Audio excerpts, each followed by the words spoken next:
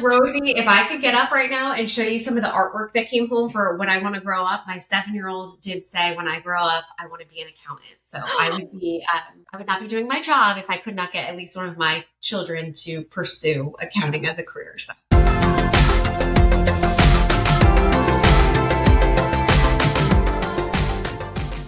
Hi, Liz. Thank you so much for being on my podcast today. My pleasure, Rosie. It's about time I finally got to meet with you. I know, right? So we have Liz as the director of CPA Pipeline at AICPA. I met Liz at the AICPA Leadership Academy.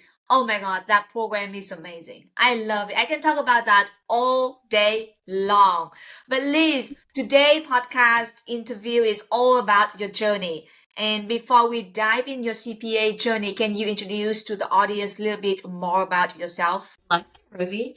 So, like Rosie introduced me, my name is Liz. I am a CPA. I've been a CPA for quite a few years, and it's been an absolutely amazing journey with twists and turns that I've never expected when I was in school to be able to end up where I am now. And I know, and I still feel like my career journey is still unfolding and just beginning as I continue to progress along all of this. So I started out being interested in accounting when I was in high school. Fortunately for me, I was able to have a class in high school with a really amazing teacher who was a big advocate. He was actually a CPA himself, but he was a big advocate for the profession. And so he piqued my interest and to be able to have a career that was going to be able to support a future family. So I came from a background, Rosie, where single family home, no first generation college student. And so I really had to figure out how to get from where I was to where I wanted to be. And so I think the start of my schooling and career journey didn't, maybe fit the mold of what you would expect. I chose to go to community college for 2 years, and I got my associate's degree, and then I transferred to a 4-year school, and all while pursuing accounting and really learning a lot and being able to open up my eyes to all of the opportunities that accounting would have. I was able to get a internship with an amazing public accounting firm, and I got my first full-time job there too, which is where I met my husband, which is a fun story to tell. We have 2 CPAs in the house. It's a lot of fun. I know you're clapping. It's a lot of fun. And then my career then progressed into business and industry for a couple of years. And I'm fortunate enough to be able to be here at the AICPA for about 8 years. And I started my career journey here, actually writing and reviewing questions for the CPA exam itself. So now I get to oversee CPA Pipeline. And so if you asked me in high school, would I be here? I would have said never in a million years, but it's been an amazing journey. And I think it all contributed to the career path accounting, being in the profession, and most importantly, I think being a CPA and having that skill set and that network behind me in order to, fuel my future successes. Wow, your family must be so proud of you. They are, right? Oh my God. It's a really great feeling to be able to showcase that to my family and get their support, and certainly be able to show, I have 2 young boys, to be able to show my boys that they can do really anything that they put their mind to, as long as they're willing to put in the work towards it. So you have been with your husband for such a long time because you met him when you got the internship. Yeah, yes, so we have. And we're still together, obviously. We're CPAs. He's now, he's still at that firm, Rosie. He's still at that firm that we both had interned at. He's just made partner 2 years ago. And so the profession is day in and day out at work for me. It is what I live and breathe. And then even at home, it's certainly something that we continue our conversations at the dinner table, which is always good. Wow. So it's funny because a lot of people say that if you are an accountant, you better marry someone else who is not an accountant. Otherwise, you never get away with accounting. And I was like, oh, all right. Yeah. So yeah, but you know what, Rosie? You know what? So I think there's like 2 aspects to that comment that I think people may overlook. Just because you're an accountant does not mean you're always in tax season, right? It doesn't always mean that. So you're not always technically busy. And the other aspect of that too is being able to find someone that understands what you're going through, or maybe some of the challenges that you have to overcome through work. My husband, of course, is busy. He's in public accounting, so he does have a smaller busy season. He's in audit, but being able to support him through that and understand what that type of lifestyle is like comes with absolutely no judgment. I understand, and I'm super supportive of it. So while many of his colleagues are married to teachers or other professions, I certainly understand and support him through all of his career journey for sure. Wow, I'm very curious if your two boys growing up going to be CPAs as well. You have two CPAs in the family. Rosey, if I could get up right now and show you some of the artwork that came home for when I want to grow up, my 7-year-old did say, when I grow up, I want to be an accountant. So I would not be doing my job if I could not get at least one of my children to pursue accounting as a career. So far, so good, Rosey. All right, so you start from your family first, and then you're going out and then try to make other people become accountants. All right, that's fair enough. So you mentioned that you had an internship in the public accounting, and then you decide to work in private. Is there a reason why you decide to work in private or industrial accounting instead of continue to work in public? Sure. That's a great question, Rosey. And I think, again, fortunately, when I was at my 4-year college, they offered a class where they had, different either organizations come into the classroom, the accounting classroom, or different firms come in and showcase what it was their firm or their organization was all about. So I felt really well informed when I was making a decision and when I was interviewing with different size firms, what it was that I knew I wanted to do. I think that's really, really, really important for anyone who's choosing to go into accounting, that they really understand the breadth and depth of opportunities available to them right off of the bat. So for me, I chose to go public accounting, but it was a mid-sized firm, probably mid to small size firm here in New Jersey. And that's what worked for me. Within having that experience, it was amazing. It was such a great experience. But the spoiler is I met my husband it was my boyfriend at the time.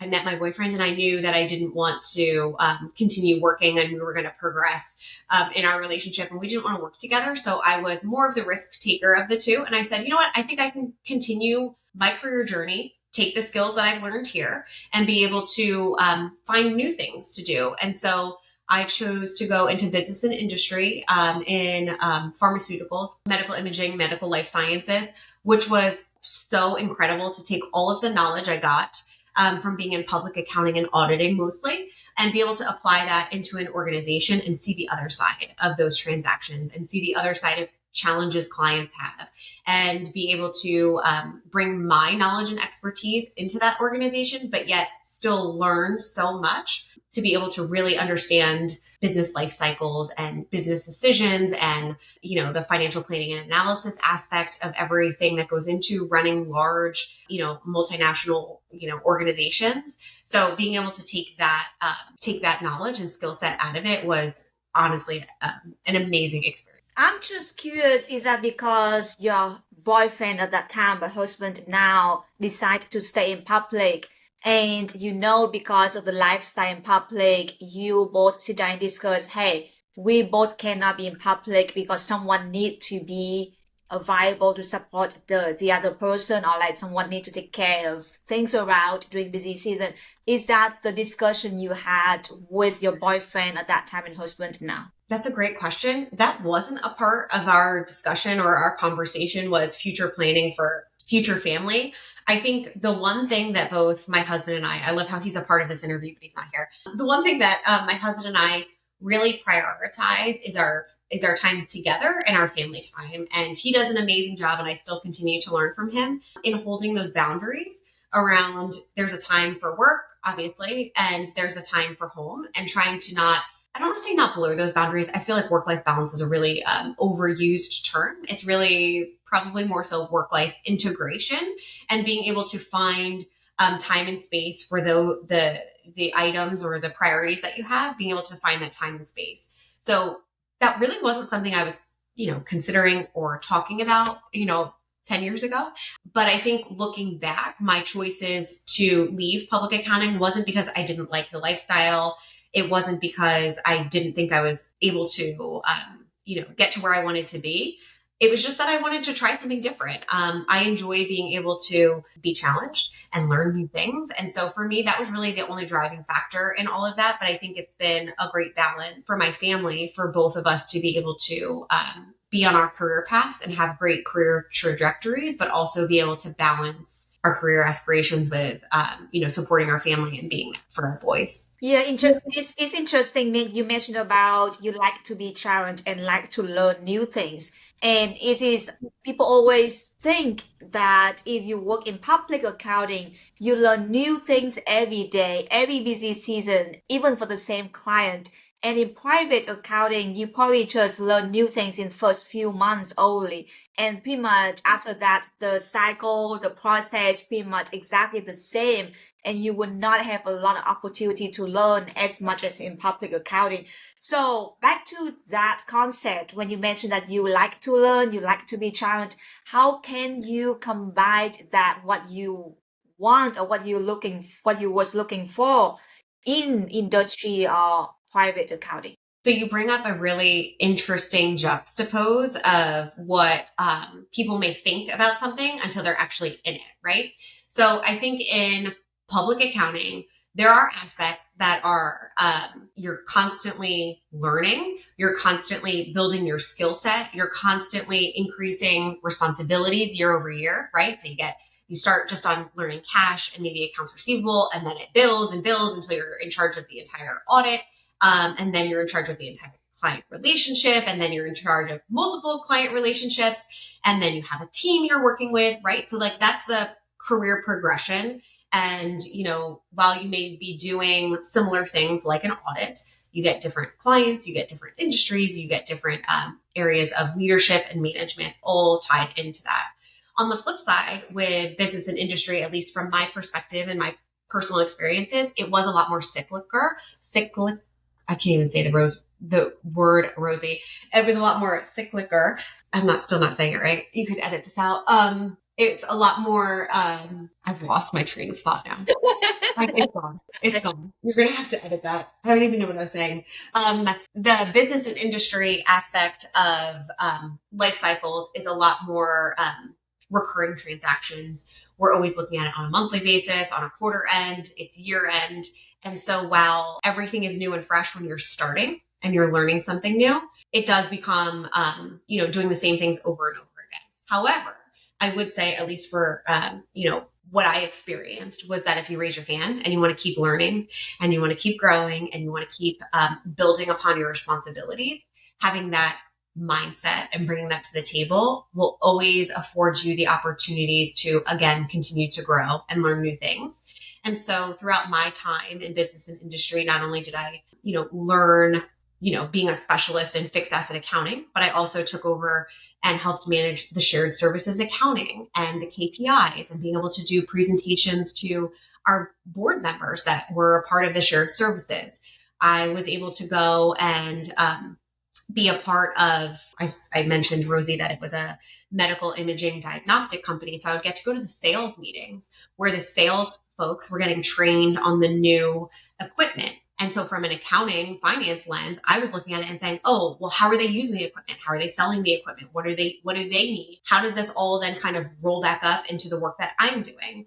And so it provided me, again, with a ton of experience and a ton of knowledge to be able to learn and grow and develop along my career path. And so they were both very different, but I think coming to the table, wanting to be a learner, wanting to take something away, wanting to grow your skill set is something that you have to showcase as someone who's in a role. You have to showcase that, and those type of opportunities will certainly continue to roll out. And again, that's been my experience. So it's been great. So I believe that it's fair to say that it doesn't matter where you work, as long as you need to speak up that you want to learn, and there will be a lot of opportunities for you to learn. It doesn't matter that you're in public or in private, small or big firms. So as long as you just communicate about what you're looking for, and people will give it to you. So I think that will be a good lesson for a lot of people as well. So you don't have a fixed mindset saying that, oh my God, if I want to learn, I have to stay in public. if I feel like I don't want to learn that much, I can move to private. So that's probably a misconception about the public versus industry in this profession. Absolutely, Rosie. And I have to say, from what I've been seeing and hearing, I talk to a lot of students, right, in this role, and they're feeling that they need to pick a job, their first job, and that's going to be the end all be all. Well, in some cases, that's great, right? That's the case for my husband. That doesn't have to be the case for anyone and everyone. And you certainly you're in the driver's seat of your career, and you get to choose what it is that you want to do. And my hope is for anyone who's choosing to go into accounting and they're graduating with an accounting degree, my hope is that they continue to pursue CPA licensure, but really be able to identify the things that they're passionate about and match it with their skill set and find a happy medium there where they can really continue to thrive around what it is that drives them and fuels them and gives them that job satisfaction. Because, Rosie, like you said, there are so many opportunities. It doesn't have to just be public or private. There are so many opportunities across the profession to be able to make really a lasting impact, community you work in, or the area you live. And so there's just so much opportunity there that it doesn't have to just be one or the other or black and white. There's a lot of different ways that you can mold your career path into something that you want it to be. I absolutely agree with you about that. And after you work in industry for a couple of years, and then you decide to start working at AICPA, from the CPA exam content to CPA pipeline. So because you start with the CPA exam content, I want to dive in your experience about CPA exam. What was your experience about CPA exam? How long did it take you to pass the 4 section? And what was the most challenging subject or most challenging issue when you tackled this CPA exam? Great. Again, another great question, Rosie. So for me, I graduated in December. So I wasn't a typical May graduate. Like I said, I was a transfer student, so I had some additional credits to get. I wanted to try and graduate as close as possible to 150 credit hours so I didn't have to go back and do a lot of schooling when I was working full time. So I was a December graduate, and fortunately, the company that I was working full time at held my job, even though everyone else had started in the fall. They held the job for me. I started as soon as I graduated at the end of December, and I went through my first busy season. And right after that, I said, I'm not waiting any longer. I'm going to start my CPA journey. And so what was awesome at the time, and I would encourage this for anyone who's thinking about pursuing CPA licensure and really starting their exam experience, is finding your people.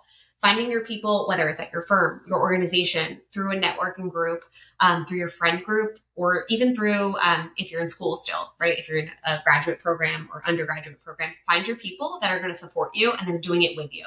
It makes it so much easier to go through the process knowing that you're not alone in it and you have support with those around you. So I started with a group of 3 other new hires, and we were all studying after work together. We were kind of huddled up in a huddle room, and we would study after work. And so for me personally, my progress along the exam was I took FAR first. I thought that was important to get it out of the way. I passed that first time, first try. I'm like, yes, we're on a roll. I moved over to BEC next, I believe, which is, everyone has their own exam journey. I think I did BEC next. I passed that. We're good to go. I went and took reg, which tax was not my skill set at all. And I didn't pass. I'm like, okay, this stinks. The clock is still running. I got to get this done. But it was getting close to starting another tax season. So I kind of had to put it on hold. And as I went through another busy season doing auditing, I felt even more comfortable with my audit materials, even more comfortable with the reg materials. I took reg again. I finally passed. I take audit. I don't pass. I take audit again. I don't pass. Now, Rosie, I'm starting to stress out. I'm like, I don't want to lose exam credit. I'm trying really hard. I am an auditor and I can't pass this exam. I was incredibly frustrated, but I never gave up and I just kept trying. I kept trying new ways to study. I kept trying. I would talk to other mentors, or I would talk to others who had passed the exam. I would talk to them about their experience. I tried new study tips. I did everything I could think of. And finally, on that third try, I passed with literally, Rosie, like 20 days to spare before my first section had expired. So I really was persistent in my pursuit. And again, being able to sit here today, Rosey, and say, my third job after I was out of college was creating and writing questions for the CPA exam that I didn't pass the first time. And for some sections, I didn't even pass the second time, is a testament to someone's ability to, if they put their mind to something, you never know what opportunities are going to come throughout your career. And once you've passed it, that's all that matters. Once you have those letters after your name, that's all that matters. And so again, I say that as a words of encouragement for anyone who's ever on the journey. Please don't let failure discourage you. I know like many CPAs, Rosey, maybe you too, are very type A. We're very organized.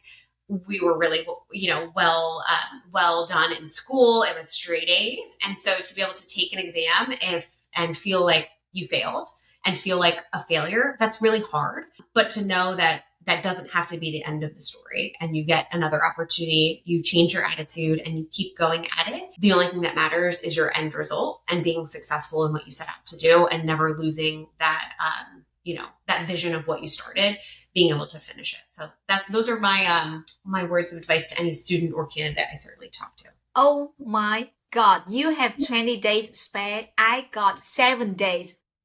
7 days spare. And I took FAR first. I passed it the first time. I took regulation and then I passed the second time. And I took BEC first time, but audit, exactly that audit section. Oh my God, it took me 3 times. And I failed the second time, and I was like, the first time I took audit, I got 73. Yep. It's super close. And I was like, well, it's so close. I did not need to learn that much. So I really underestimate how much it could be crazier in the second time. And the second time I got significantly lower than 73. And I was like, what's wrong with me? I was an auditor at that. I was planning to be an auditor as well. And I was like, I don't think auditor is my future. Maybe it could be, it could be wrong. And so the third time, I don't know, you said you went out and asked people and talked to people, seek advice. I went out and I studied 4 different study materials. Yep. For the last section. I was like, I cannot fail this one, because at that time at the time when I took this section, they changed the way that we studied and the way that the exam was at that time. So if I had to take FAR again, literally I had to restudy from beginning. Because I was in the middle transition. Yep. And so I was like, nope, I don't want to do that. There's no way. So I passed audit in the last week of my 18-month window. And I was like, oh my God, I will do my best to never, ever, ever take these sections again. I hear you, Rosey. I get it. I know it. And I have to say, being able to, and the feeling, be on the other side of it made all of that stress, and not headache in a bad way, but the stress that you put on yourself, it made it all worth it. Knowing at the end you were done, you moved through it, and all of that is just a distant memory. Although I will never forget any of that. But I have to say, too, Rosey, again, we'll talk about my husband for a second. My husband had started his exam journey early in his career, took exam sections, passed them, and then just let them expire. Just let them expire. Wasn't into it. Had a lot going on. Just let them go. And so I encouraged him to get back at it before we started a family. And so he was one who jumped back into the CPA journey when he probably had 5 years of experience under his belt. And so for him, that's what worked for him. And certainly having that additional experience that 5 years in public accounting gets you, I think made his, his time that he had to study a little bit easier, because he did have that lived in experience. So that's, again, a testament that it doesn't always, it's better to get it done and out of the way earlier on in your career, but it doesn't mean that it's impossible to do it when you're well into your career, 5-10 years in. It's certainly something that's attainable for anyone who wants to choose to do that.